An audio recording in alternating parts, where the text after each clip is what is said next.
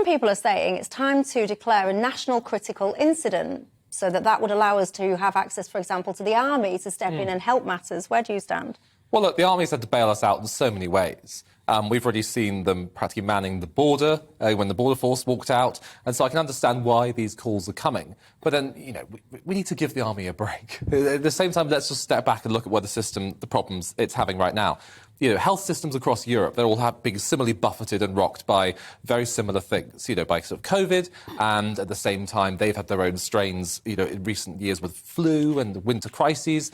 But of course, very specifically with the NHS, it is kind of tragic that over the last few years it's been battered especially by COVID. It's also had the strikes, the ambulance drivers walking out, nurses. And so it's no surprise it's going to have really feeling the crunch now more than ever in recent years. And it is also tragic that it seems like every winter it's practically in crisis. And so you don't think now is the time to get the armed forces out and get something set up? I wouldn't say so, but I see why it's attractive. It's attractive to me, I can tell you. Emma, what about you? I don't know is the answer, because I'm not in charge of the data of the NHS. And what I genuinely think is important is that we take that kind of decision out of the political realm. It shouldn't be a left-right, battering ram. For us to have Asa and I will have very different ideas about how to fix the NHS, about how the NHS should be funded, managed, run. But in terms of that kind of operational decision, I really think that should be a non-political decision. There should be a set of criteria that the NHS can provably hit or not provably hit, and that is when the trigger point should happen. Well, the Lib Dems, for example, they're calling for Parliament to be recalled early. It's not supposed to be back till When Monday, don't they call for Parliament to be recalled early? But you see, I've got to say, I agree with them on that. I think Christmas is done and dusted. What are you still on Christmas holiday for? The country is crumbling all around us pretty much everywhere.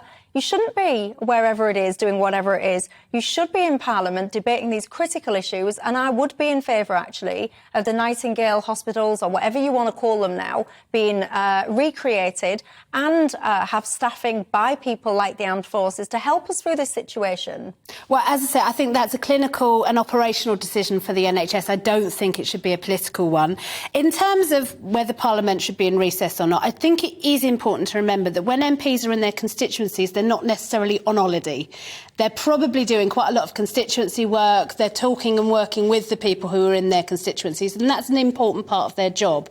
Their job is not just to sit in the Houses of Parliament, and there's a real misconception about that. And I say that as much about Conservative MPs who I fight to depose as I do about Labour MPs who I fight to get elected. Do you think it should have been recalled early?